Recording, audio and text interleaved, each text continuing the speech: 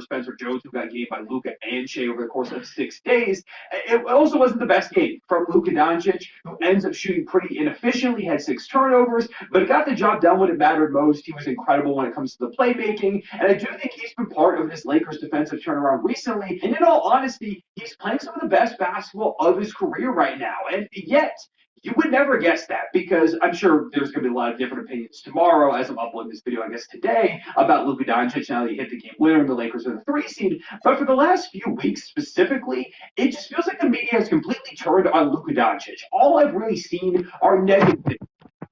He does complain to the refs, and there are those defensive woes, and he has some turnover issues. Like, there are legitimate things that Luka needs to work on. He is not a perfect basketball player, but the way people talk about him, it's like he's just bad at the game of basketball, that he's not a top 15 player, top 10 player, that he's not a top 5 player, which in my opinion, he pretty clearly is top 5 in the world at this point. He's one of the best basketball players I've ever watched. He is insanely clutch. He is capable to heat up at a moment's notice and be one of the most unstoppable scorers on the planet. He is one of the best playmakers that I've ever witnessed. Again, there are flaws, but we're talking about a guy who over the course of this season so far is putting up over 30 points per game. He's leading the league in scoring with about 8 boards, 8 assists, and he's doing it on rapidly improving efficiency. He's playing some of the best basketball of his entire career since January 1st. Here are Luka's stats. He's putting up 32.2 points per game, 7.8 rebounds, 8.4 assists, and 1.5 steals, shooting 49% from the field, 40% from 3 on over 10 attempts per game, true shooting 8 assists, and he's doing it on rapidly improving efficiency. He's playing some of the best basketball of his entire career since January 1st. Here are Luka's stats. He's putting up 32.2 points per game, 7.8 rebounds, 8.4 assists, and 1.5 steals, shooting 49% from the field, 40% from 3 on over 10 attempts per game, true shooting percentage of 62. Luka's been ridiculous. He's been unbelievable, and that's with Austin Reeves. This Lakers record is with Austin Reeves missing 26 games so far. LeBron James missing 21 games.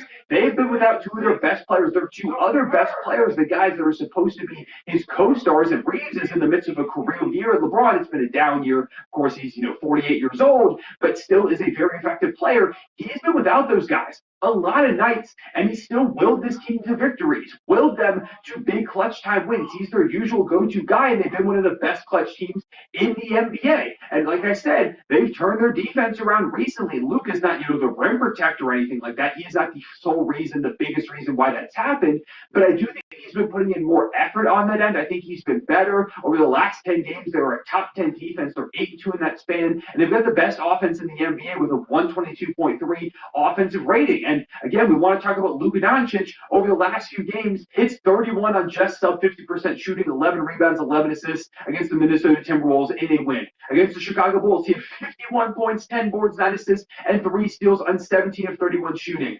Even before that against the Knicks, 35 points, 8 rebounds, 4 assists, and a couple of steals. Game before that against the Pacers, 44, 7 threes, 9 rebounds, 5 assists, 3 steals. He is putting up ridiculous numbers. And again, you would not realize that Luka is doing this from some of the conversations we've been having. And this goes back to like when the Mavericks made the finals and they lost quickly to the Celtics. And, Brian Windhorst was talking about, Luka needs to look in the mirror. And yeah, he was partially right in that they were targeting him on defense. And he ultimately didn't play well enough for them to win that series. But also, Boston was just one of the best teams of all time. And I don't think that's talked about nearly enough, that 2024 Boston Celtics team is one of the greatest that we've ever watched. And I was saying it all season. I was telling people they were going to win the championship, but a lot of people are like, it's the same with Boston, neglecting that they picked up Kristaps Porzingis, Andrew Holiday, Jason Tatum, Jaylen Brown, of course, being one of the best duos in the league. I could go on about that team for a while, but they were just outmatched, to be honest. And it happens to a lot of superstars in their first NBA finals. And then he gets dealt away, and Nico Harrison talks about defense winning championships.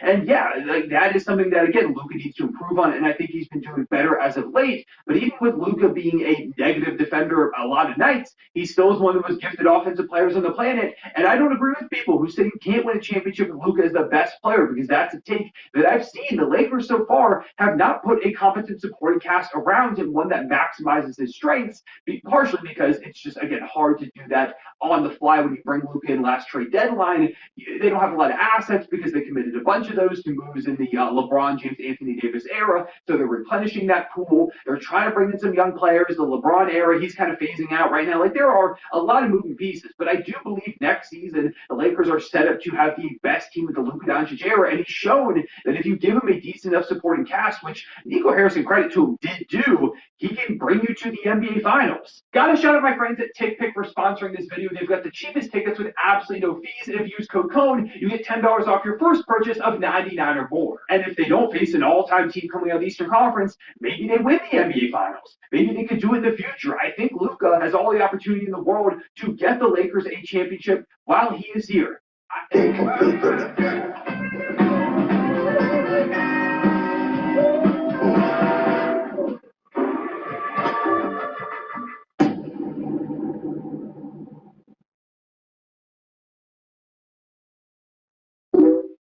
what happens next on TikTok. Download now.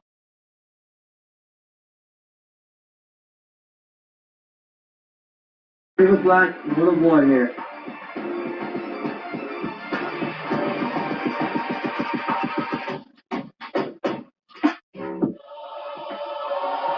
Oh!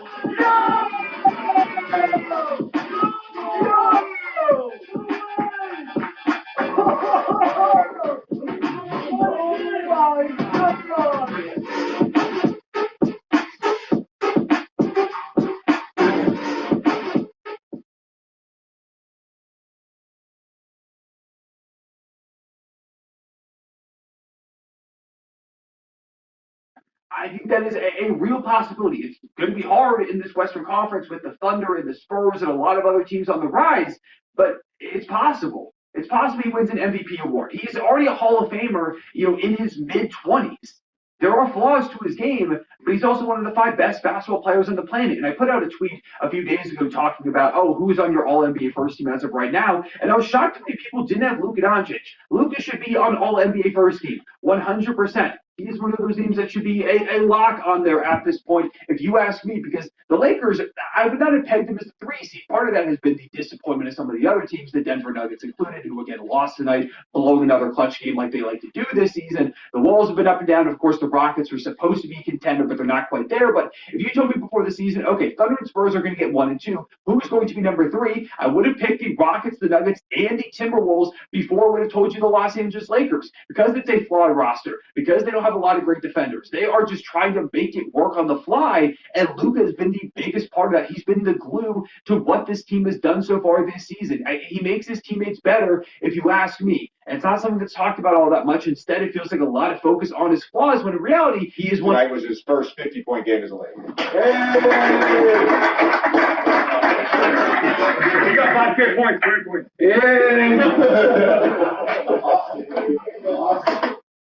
Tonight was his first 50-point game as a Laker. He got 5 points, 3 points.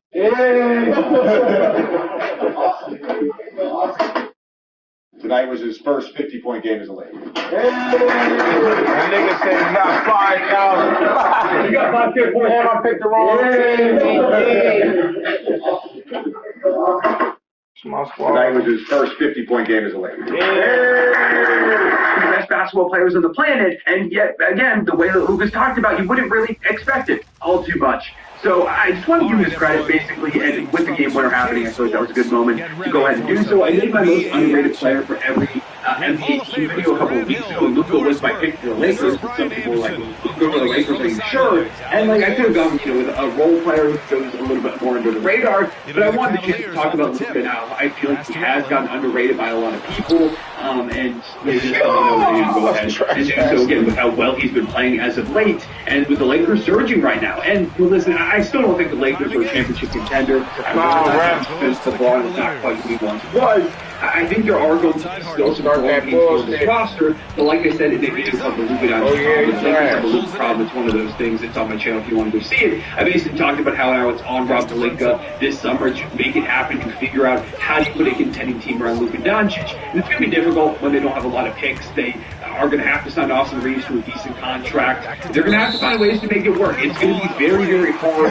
You're playing to get into those under the Spurs and like, the Rockets getting out there next season, the Wolves got handed. The Nuggets, as disappointing as they've been this season, they've still got Jokic, Jamal Murray, they can make some adjustments this offseason. A lot of teams are on the rise. It's going to be difficult. But Luka has earned it. He's played up to the level where they got to make something happen. And I mean, Luka could always walk if they're unable to do it. He only has a couple years left on that contract extension that he signed. I mean, maybe there's a world Luka ends up somewhere else at some point here soon. But regardless, wherever he goes, Luka's one of the best basketball players on the planet. He's not perfect. He's flawed. But at the same time, you got to respect what he is, which is one of the greatest offensive forces the game of basketball has ever seen. And especially as of late, playing some of the best hoops of his career. So yeah, those might also Luka Doncic and the Lakers. Well, shout out to Austin Reeves, by the way, as well. The perfect missed free throw on purpose was beautiful. That's one of my favorite plays in all the sports when someone can pull it off. He had 32 points, 7 rebounds, and 6 assists in this run. Bryant, 17 points, over 50% shooting. He dove for this ball like he was dolphin diving in Call of Duty. I've never seen LeBron James do that. On the Nuggets side of things, like I said, they choked another clutch game away. Jokic had 24, 16, and 14. Shot pretty well 54%.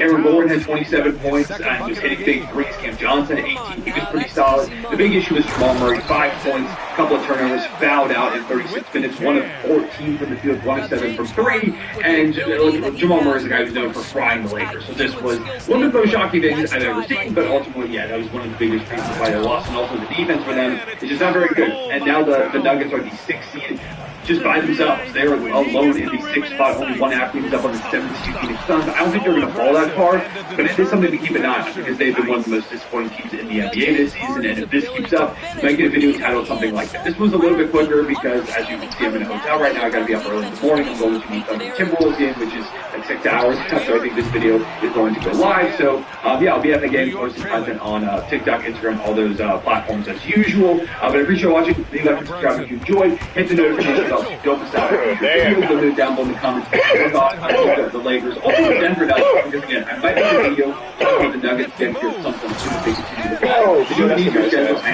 expect them to kind of move back up the standings. I still think they'll probably grab a top 4 seed in this Western Conference. They're just so talented, but they're concerned. Yeah, appreciate y'all. I'll see y'all later. Everyone stay back. Back to Towns.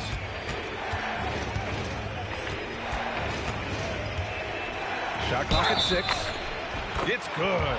Woo! That nigga from the towns, you heard? Hey, that nigga from the towns. Word up, you heard? Both teams will make substitutions.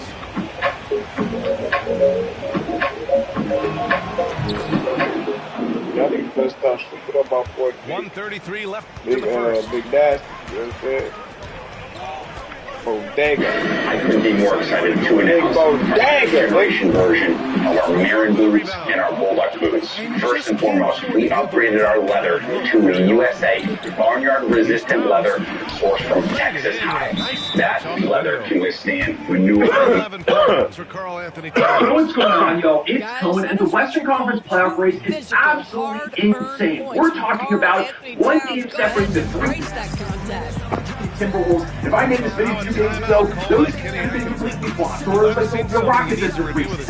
Just the 6 seeds before they won a couple of games, and that's completely insane. The Thunder have been maintaining despite all these injuries, but San Antonio is only 3.5 back of trying to get these 1 seed in a year where it felt like they might take a small step forward instead of taking this lead. But it's like, are they championship contenders? Because they certainly feel like it. And even Phoenix was the 7th seed. They weren't supposed to be very good, but they're only 1.5 games back of the 4-seed Rockets, only 2 back of the 3-seed Lakers. The Clippers still feel like it's the crap. Golden State's not playing very well, but if they get Steph Curry back, they're capable of anything. There is a lot to it. It is a completely jumbled, ridiculous mess of a conference, and I love it. It's been such a fun race to watch and follow and talk about, and I want to go ahead and just give my thoughts at this moment about all these teams, because also, there are some massive question marks that are going to be raised if any of these teams underperform in the playoffs, and just by the way the playoff bracket works, like 4 teams are going to lose round 1 in the Western Conference.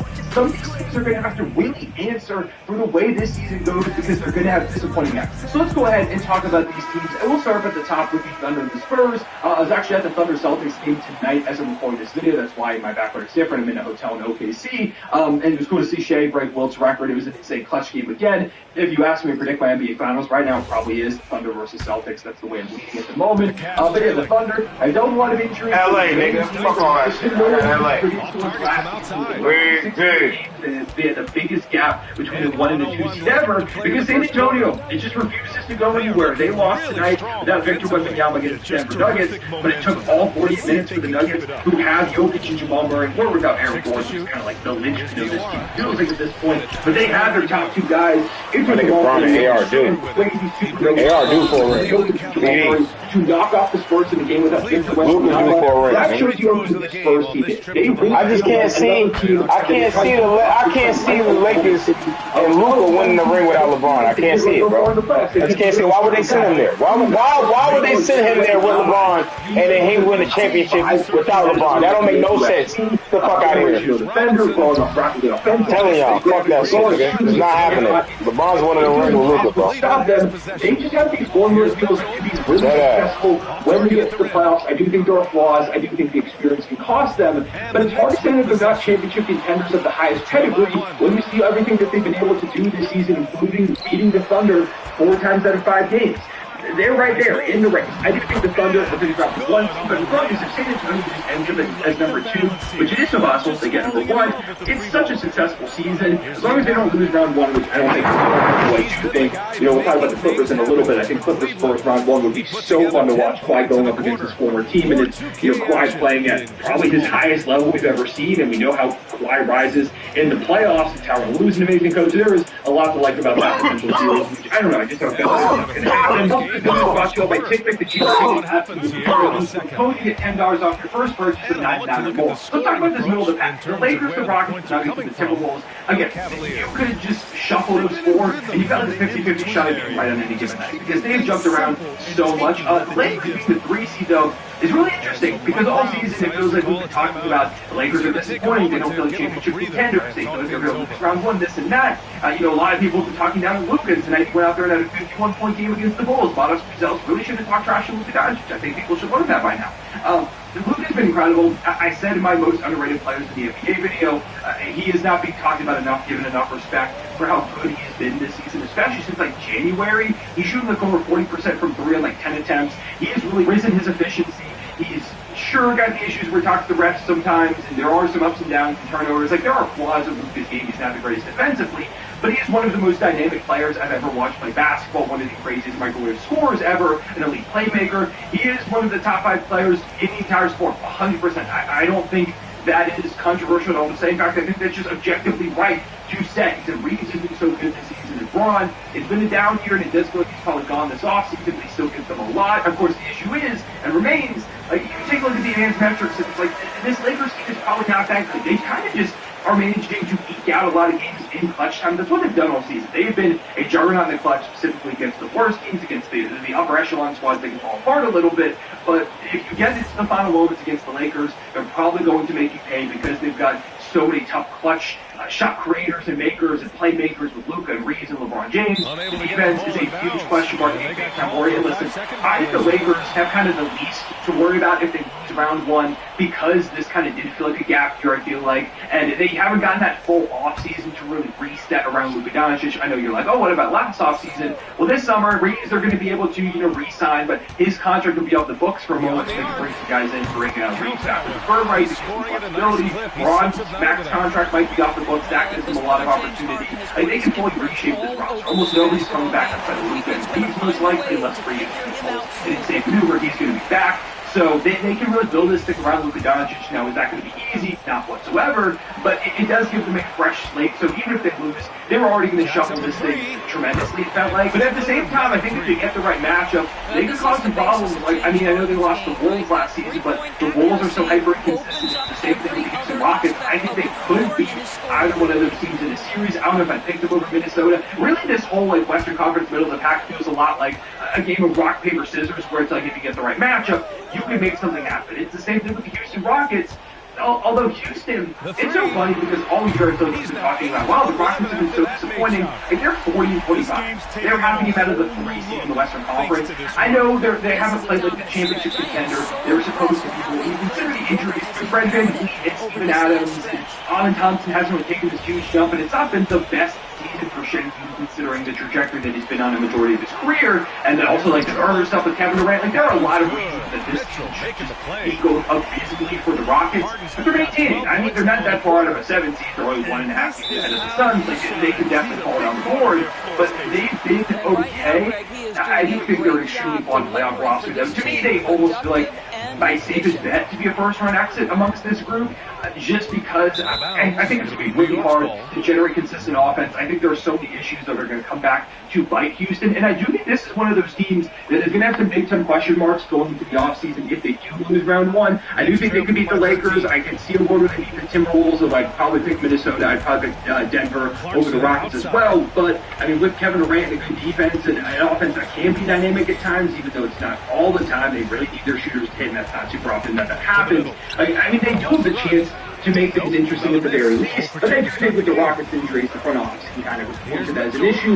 More so though, I'd be interested in like what if in the playoffs the main reason why they lose is Alfred Shengun is just really bad. Or Amin Thompson, teams are just not guarding him, where they're putting big on him and he's roaming, they're leaving him open for 3 and the offense completely falls apart. Like, is there a world where they would consider trying to take a scoop for Giannis if he becomes available, or some other star that suddenly becomes available, and trading the Shengun or Amin Thompson? Like, would that be something they consider? I don't know. They definitely have some very interesting pathways if they flame out the playoffs, like it feels like they're going to, especially because when you trade for a 37-year-old Kevin Durant, you don't exactly have the biggest window of the world. So Houston is so interesting. It's just funny how we talk about, I mean, both those teams, and like then we get to the Nuggets, and it's been like for them, yeah, also this season's been really disappointing. But they're the 5 seed right now. They're half a game out of the 3 seed. If they end up in that spot, like they're still so talented. Jokic is having another unbelievable season, even though he's been a little bit shaky since he's come back from injury, specifically the 3 ball's not really where he wants to be. But Jamal Murray's having the best season of his career. When Aaron Gordon plays, he's ridiculous. Peyton Watson was on a tear before he dealt with injury.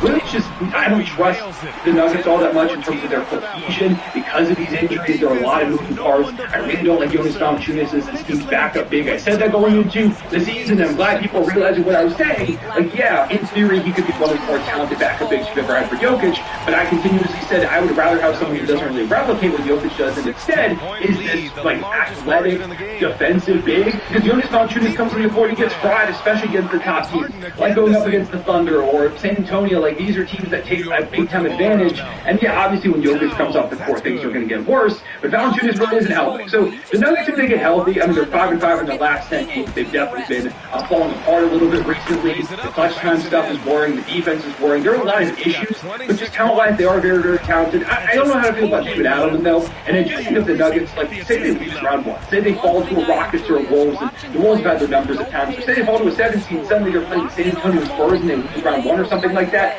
Even if they play them out in a big way in round 2, whether it is like the Thunder or the Spurs, I think there could be major shakeups for this Nuggets team, especially because we're talking about the salary cap situation. Like, they need to re-sign Peyton Watson, who was really good when he was healthy. Would they consider just salary dumping or, flipping Cam Johnson for more minor pieces? Mario Jr. feels like he's probably gone this summer because of financial restrictions. Like, things are going to get tough for this Nugget team. It's not going to get any easier building up the team. It's the same thing for the Minnesota Timberwolves, who have made back-to-back conference finals. And by parts of the season, I mean, I've tweeted this out. It feels like every night they flip a coin and they're like, hey, do we want to play like a championship contender, or do we want to play like a team that should be watching age advanced highlights? They have some of the wildest inconsistencies I've ever seen. And I think part of that is the lack of a point guard. Julius Randle being kind of a mystery box as their second option. And also Ant really not being a playmaker like that. It's also not been one of his best defensive seasons. And they've asked a lot from Ant offensively, and he's had his best offensive season of his career. He's been ridiculous this season, but it just comes at a cost where I think you lose some of the other stuff that Ant's able to do.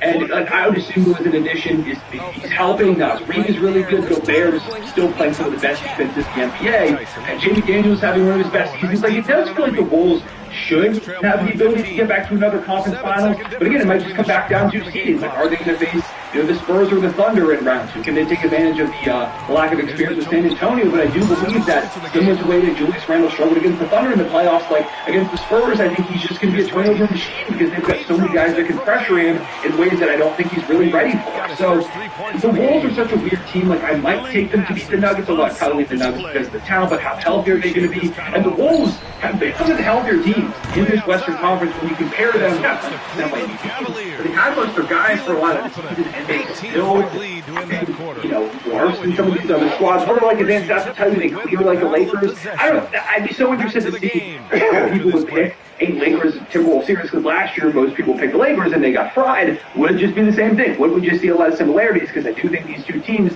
play pretty similar at this point. And then we get to the Phoenix Suns, who really just should not be here. Like, they should not be a playoff team the way that they are, but they've held strong at this, 7 spot, 6 spot the entire season. And I mean, they've won 4 games in a row. They're catching up to the Timberwolves. Right now, they are a single game back of Minnesota. That's really intriguing, because if I'm the Wolves or the Suns, I really don't want to go into the play-in tournament. I don't want to play a Spurs or a Thunder round 1. I would much rather play a Lakers or Rockets or Nuggets, wherever you end up. And I mean, with Phoenix, Dylan Brooks is out right now. Devin Booker's still been doing his thing. And they've just got such a deep, well-rounded squad. I think Jordan is an incredible coach. We saw what he did with Cleveland last year in their offense, and now he's doing over here in Phoenix.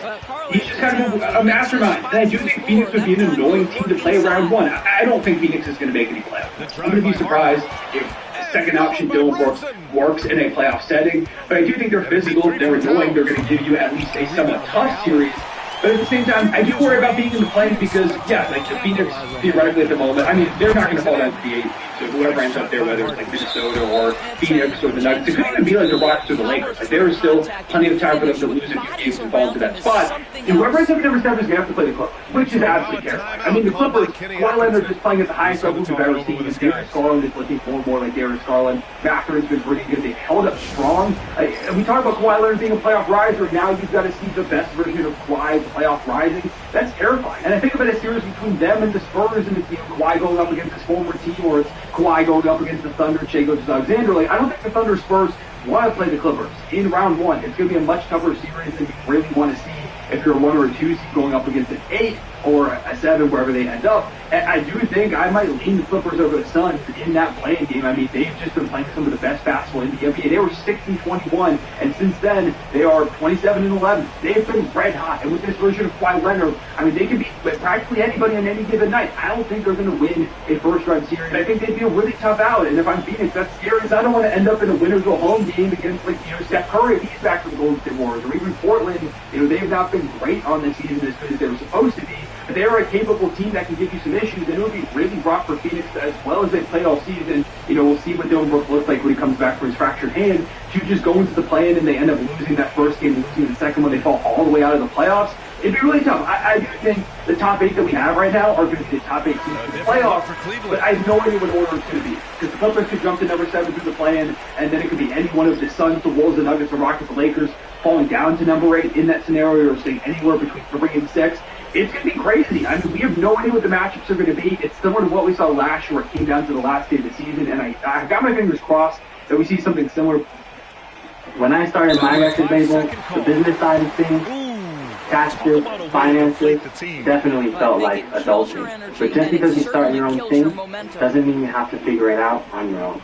It's been amazing to have a TurboTax expert to bounce ideas off of. Even if I'm in the studio alone at night, I have access to a TurboTax expert. I handle the music, they handle the tax questions. File your taxes with confidence with TurboTax experts. Here's Towns.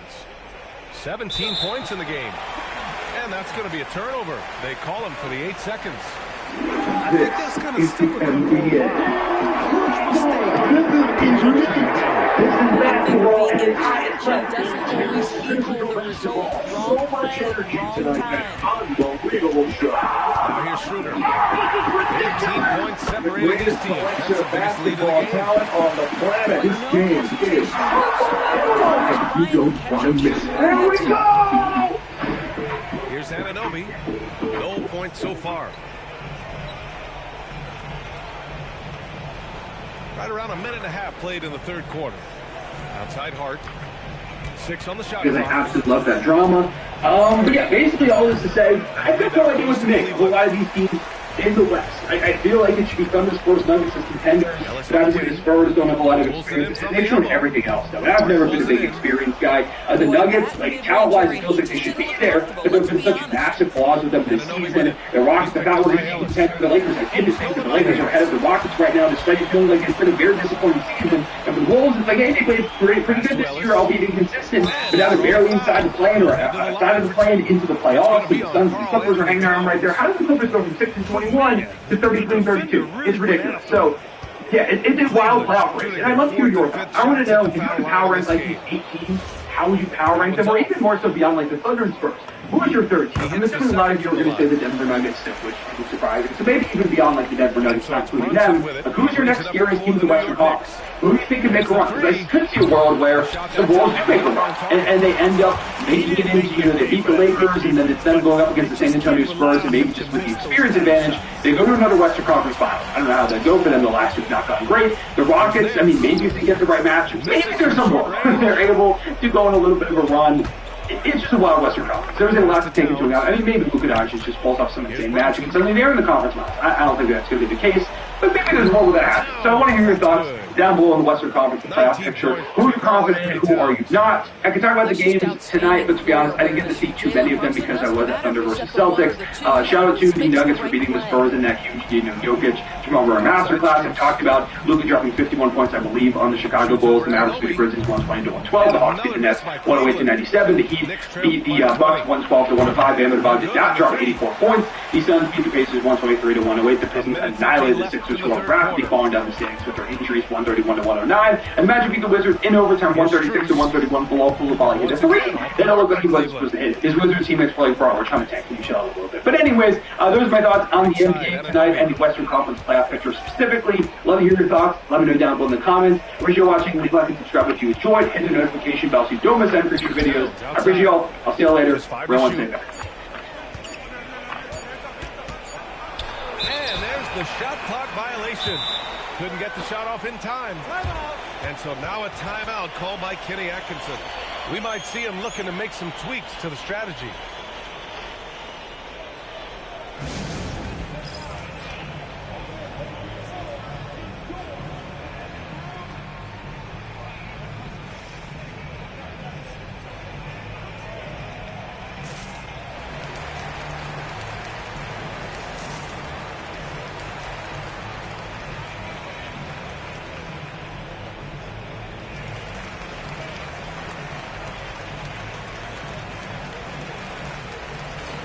This is what would happen to you if you took 2 capsules of Brasilia oregano oil and black seed oil every day for 2 weeks.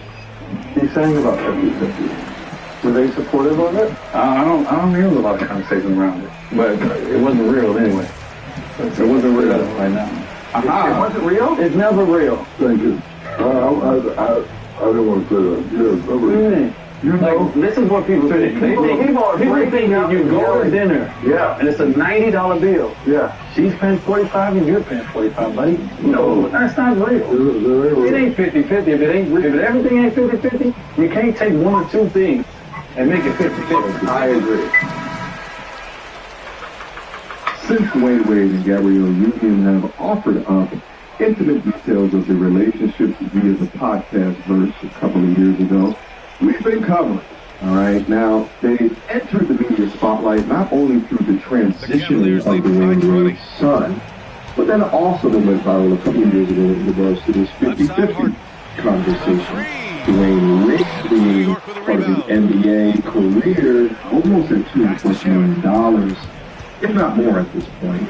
Whereas Gabrielle Union, who does not make as much money, but definitely does extremely well for herself, was up in these podcast streams, seemingly complaining about being in a 50-50 relationship because she has to work so hard. Well, just recently, Dwayne Wade was up on the Shaquille O'Neal podcast, readdressing these comments after a couple of years, and I think that it was just so interesting to see where he's at with it right now, because now he's attempting to put what's left of his balls out on the table and demonstrate manhood and masculinity, and finally standing on business from his feminist wife, and as I say, it's more of a reformed feminist Don't be fooled by the wife. hype, guys. Reformed in Brunson is some a areas, terrific most of the finisher areas that would inside. benefit her. So let's go through the anthology here and unpack the numerous comments. Let's review. Now this is the OG clip that went viral. Did you develop that first sense of security? In this household, we split everything 50-50. But in the other households that each of us have to support, Nice assist and nice finish. Solid play all the way around. gorilla on your back that is like, you gotta work it. Did you work? You know, sleep in? You know, somebody might not eat. Damn, so someone may not eat. Y'all heard her. In the household that her and Dwayne Wade share, it's 50-50. That's what she said. Apparently in other households, meaning more than likely that, you know, her family, her extended family, she's... And with the fourth quarter, this game to become competitive. What was the transition going to play with Braun in Cleveland? In New York, it was like, in New York, you felt like they loved the Knicks. In Cleveland, you play with Braun. 22 was their biggest lead. I wish I could shoot, because I can't. It's got some strict program around this one. It's not even a strict program. LeBron, to his point, to give him credit to his point he made the other night, he is a 41-year-old kid. They say you act exactly how you act when they handed you money. You could tell LeBron got paid at 17. Vince saw that shit. You know what I'm saying? You put that in a nice perspective. It's the reason that he got cold, because he think like a child. Like, when you was 17, I'm sure you probably was like, it's like before you get to college and they break you, where it's like that creative mindset where you like, but why, coach? We can just do this. And it's like the coach explained it to you, and then you stop, like, even questioning the coach. You like, I'm just go out here and do what I'm supposed to do, handle my business, make sure we win, and then boom, I want to climb up the ranks. I don't want them looking at me like that. Braun went at 17 while he was still curious. There's something else behind and got to. You don't want to stop the clock right there. I'm not quite sure what he was thinking. And we'll have a timeout called by Mike Brown. He's decided it's time to clarify the situation, leaving little room for error. I want to climb up the ranks. I don't want them looking at me like that. Braun went at 17 while he was still curious.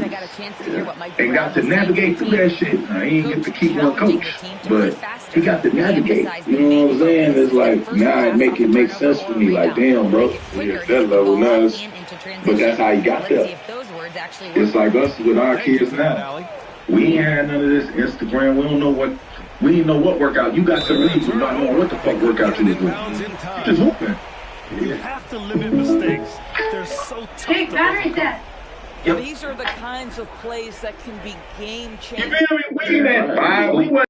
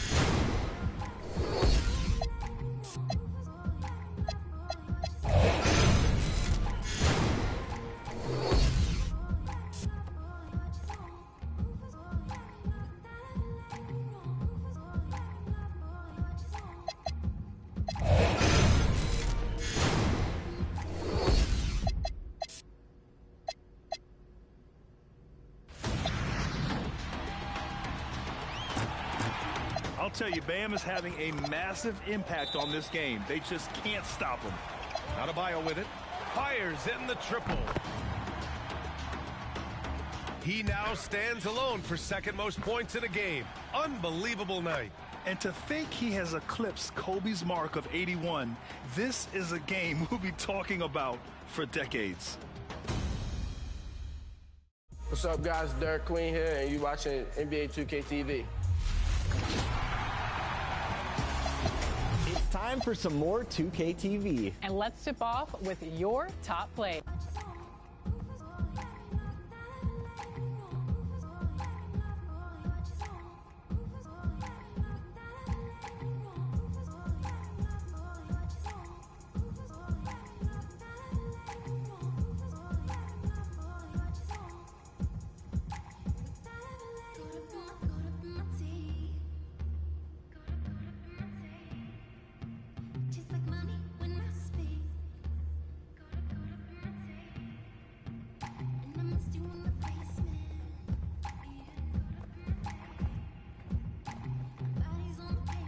So you should have threw that ball to me. And then he explained it on the tape. And I see it like, why would he throw that ball to me? He got his shoulder past that nigga. I'm not throwing that ball to me. I'm going to dunk that bitch. It's just this nigga happened to play perfect defense and come in there for a charge that they called for. But I'm not passing that either. I would have thought my shoulders passed him, I won. You know what I'm saying? In the game, though, I'm like, I'm blue. You bogus! Oh my God! You trying to ice me? Why you won't pass to me? Trying to get my game on? It was like, once you see the tape, you be like, damn, Joe, you're right. And it was like, I always appreciated that. I think toward the end, I didn't get to hold people as accountable because I had to keep going in and out for dumbass injuries and shit that I plantar fasciitis, scope here, scope there, finger surgery, wrist surgery. But I'm like, the fucked up part was I knew, like, if I don't play like this, y'all ain't even gonna want me to play. So I'm gonna get hurt. You adapted. Because I ain't gonna lie, over the years, man, I don't think I probably could have played on LeBron's team because shit, he throw that motherfucker at me. I ain't knocking down many threes like that. Real talk, but I'm saying it's a mental, but it is. But I wasn't to prepare, motherfucker. I wasn't for them to prepare to play for somebody that's high of stature. Not only on in the media, but it's the face of the league. Let's just say the face of the league, and he expects a lot of stuff. You know, it's not really pressure on you, and it's like that disrespect is the pressure. Meaning, break that down. Show up. It make you want to show up. Like so like it's all about dudes coming in. So check it out. Y'all coming in to play us. Y'all like all we gotta do is handle this thing. Exactly. We gonna live what he wants. But that hurt a lot of people's feelings a lot of times. It is what it is, yeah. But it's also even more fucked up if you could feel y'all saying we gonna live what he wants. And they still playing through what defense y'all got for them. They not taking the bait.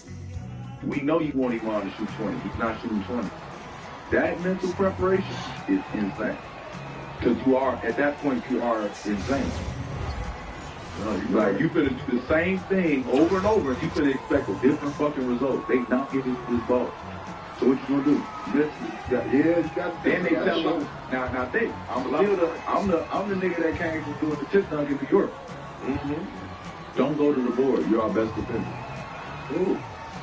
We don't need you flying to the board every time. We need you to get back. Look at your numbers against a 2-on-1. Look at your numbers against a 3-on-1. Like, you like read the league in these random statistics. Like, it's like, bro, I don't give a fuck. They still you decide. Like, what? Yeah. As soon as we get in the playoffs, I felt it. Like, I could see what was going on. Like, immediately, it's like a nigga like Kyle Korver check in. Look like I get 30 minutes tonight. Kyle Korver just hit 2 3. You gotta speak where the minutes coming from. Y'all man, I understand it, but this is what Bron explaining to me the whole time. Mm-hmm. But I ain't never been to the playoffs through a run like this. Nigga, we went all the way to the finals. Niggas was like, oh, this nigga cool. That's interesting. He's been told with his other stuff like that. But the whole other season, I'm like the throw-in. That's how they made me feel. When we first get traded, they act like JR to throw in, fucking up his head. So now JR acting like, you know what I'm saying? Like, I pressure on me to kill. soon as he started getting off, I'm like, damn, now I can't score, I can't do nothing. They just on some like, it don't matter if you score. Like even Coach Lou, like it don't matter. Like whatever you can do, so on the offense being cool. But we got so many niggas who scored over there, like we don't care if you score. Come be a piece to the puzzle. Real talk. That's what they are. But remember, I come over there with this dislocated shoulder, but it's like that's the mental battle when playing with LeBron. You're always in a win now situation. You always, every year. The Lakers right now are in fifth. They're playing better than anybody gives them credit for. But this nigga's 41, and people are asking every day, do you feel like they're contenders? Do you feel like they're contenders? Do you feel like they're contenders? It's like, bro, if it was just Luka over there, would y'all be doing this? Literally, because this nigga is standing over there. They are contenders. That's insane to think about. But it's like, people don't think about the pressure. Like, as I saw other players go through it, like, when Russell Westbrook went over there, and they was like, oh, Russell's lost it. No, he's playing with LeBron. Like, it's a different game. Like, people don't understand that. A lot of people can't adjust their game to that. And it's like, if you can understand that, you can play on anybody's team, man. Kyrie the reason why Kyrie's so cold to me is because he was able to function on a team with LeBron. Like, you know how cold you got to be there for that? Both y'all ball dominating. It's insane. That's the difference, though. What's good, family? We're really excited to bring you our newest partner on Alpha Mud. You know we've been rocking with the sports books and different partners. But this one, it's a little different. No, for real, bro, it's a little different. No, for sure, Coach, you know when it comes to the sticky, we don't play. Let's get right to it. Our newest partner and member of the family, the Mellow Fellas. They got some gas for all of us. Spinners, edibles, selfies, one-hitters, two-rolls. It's all there. Even if you ain't in the THC.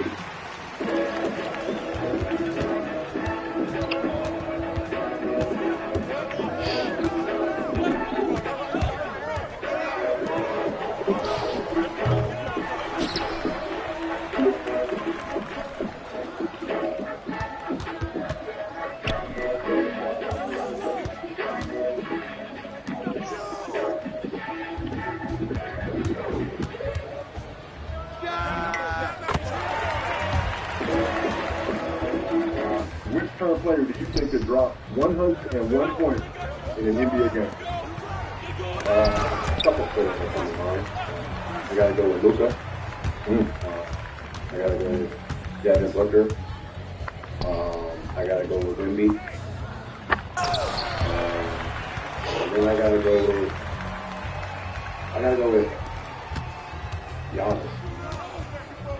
You think Giannis could drop 101 every game to group free? Let's look up Swaggy too. What do you think could drop 101 points in the game? Who called timeout? Bam Adebayo. Right, you think Bam could improve upon his 83-point career high and get to 101? You think For sure. And you're right, D-Mitch. I think I missed. I went to the Wizards play the Cavs in the final game of the season. I'm just having the potential to do something special to play with them. Last but not least, my namesake of the show was Gilbert J. Arena. What do you think? Currently, India could drop 101 points in the NBA game. Another was Luka first. Obviously, because, 400 million free throws and just snap the bucket. So that'll be Luka. 2, LaMelo Ball. LaMelo Ball. 900 3-pointers. For someone who shoots a lot of threes and he shoots quick shots, right? I think he can put up a next bucket in the way the game plays. Yeah, but that's what I'm saying with Luka. You think he'll play this Luka? Yeah, but he's gonna get a lot of and-one. So you're talking about and-one, threes, like he was gonna get to the super like proper flop, so that'll be his advantage.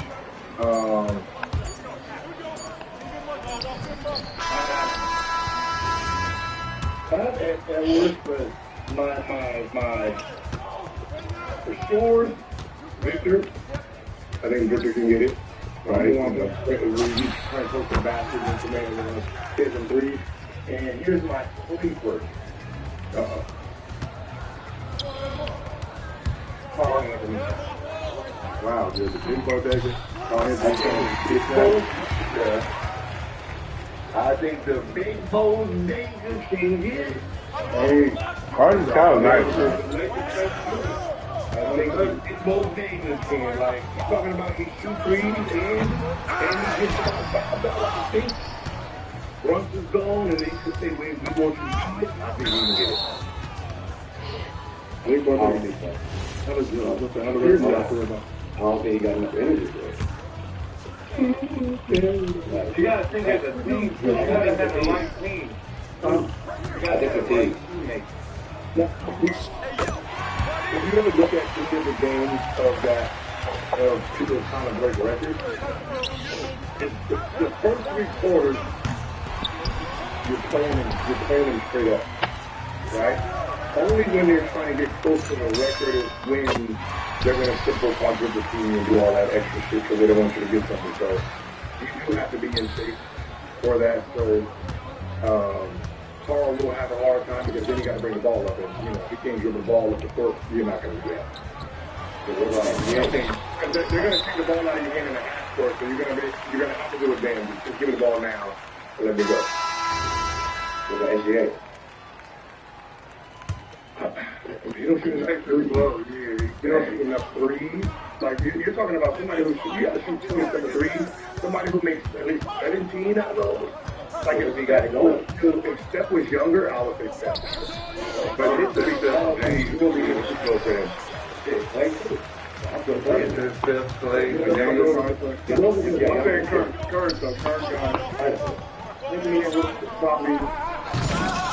he'll probably third.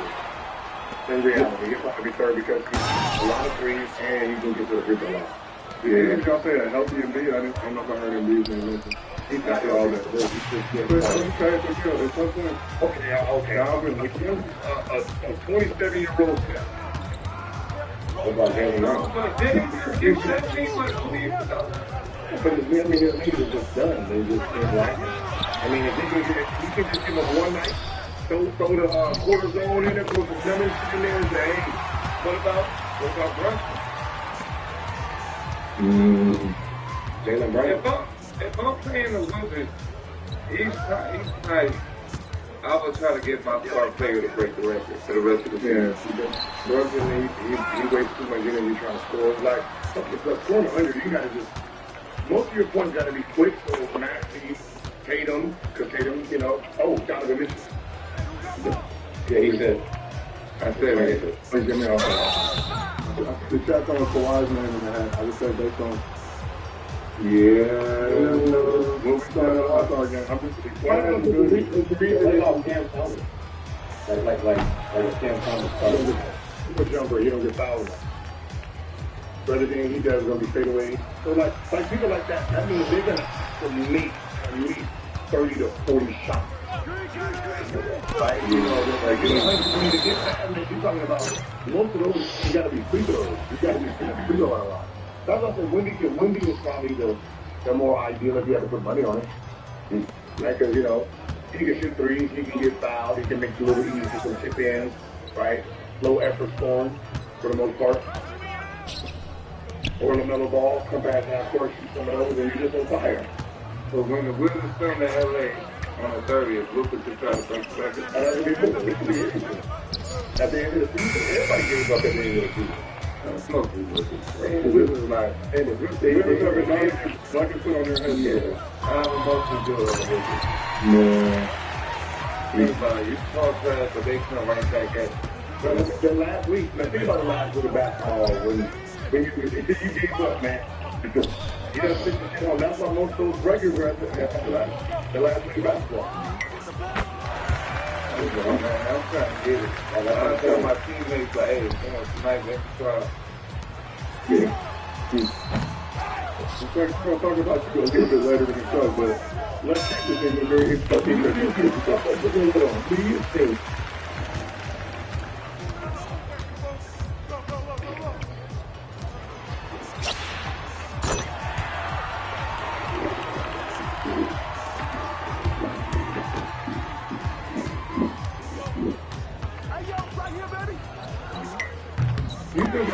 basketball when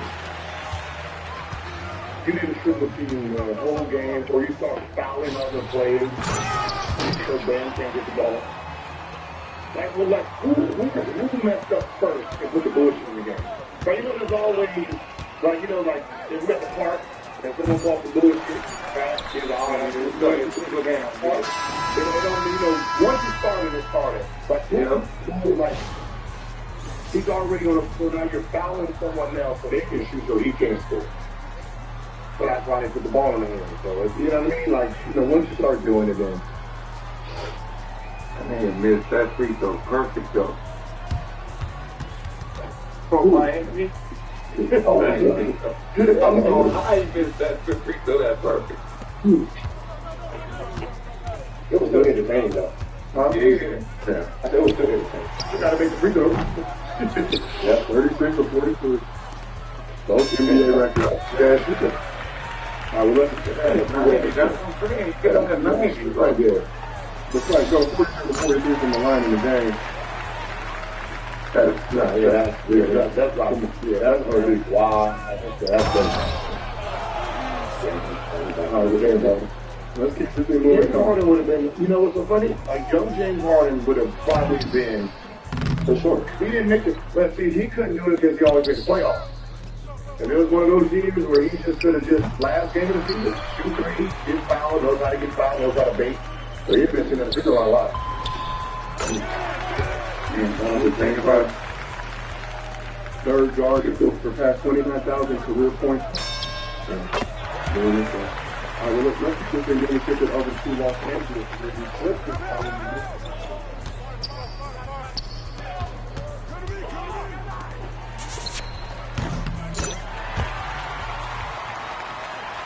How would you grade this Lakers squad so far this season?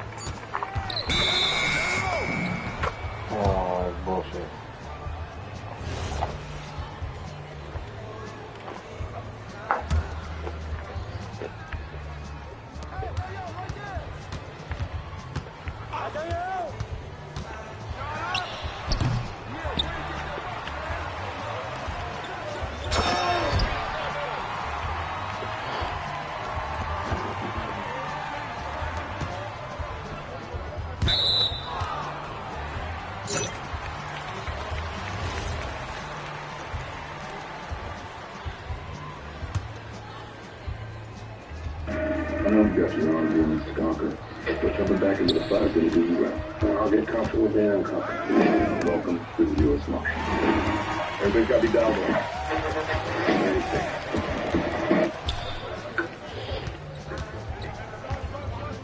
Arsenal to win the league. They've been looking great for the Champions League. Lakers are going to raise a million eyes.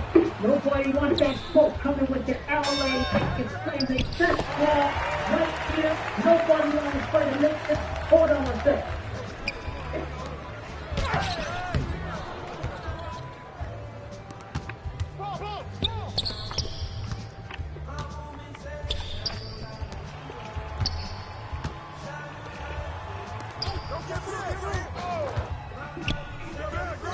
No, keep the ball in the greatest show ever in the history of the world. Y'all ain't know nothing. Go King, LeBron. Overtime history. How about that? 5 straight wins, playing the best basketball of the season, winning games with and without the GOAT and king of basketball. The LA Lakers are finally fully healthy. The Big Three are finally fully healthy. I diagnosed the problem. The Big Three were not out on the court enough this season. Now, all of the Big Three are fully healthy and they are playing at the right time It's a very different team that we saw even a few weeks ago. It is out of the lineup. Outside of back-to-back. Listen,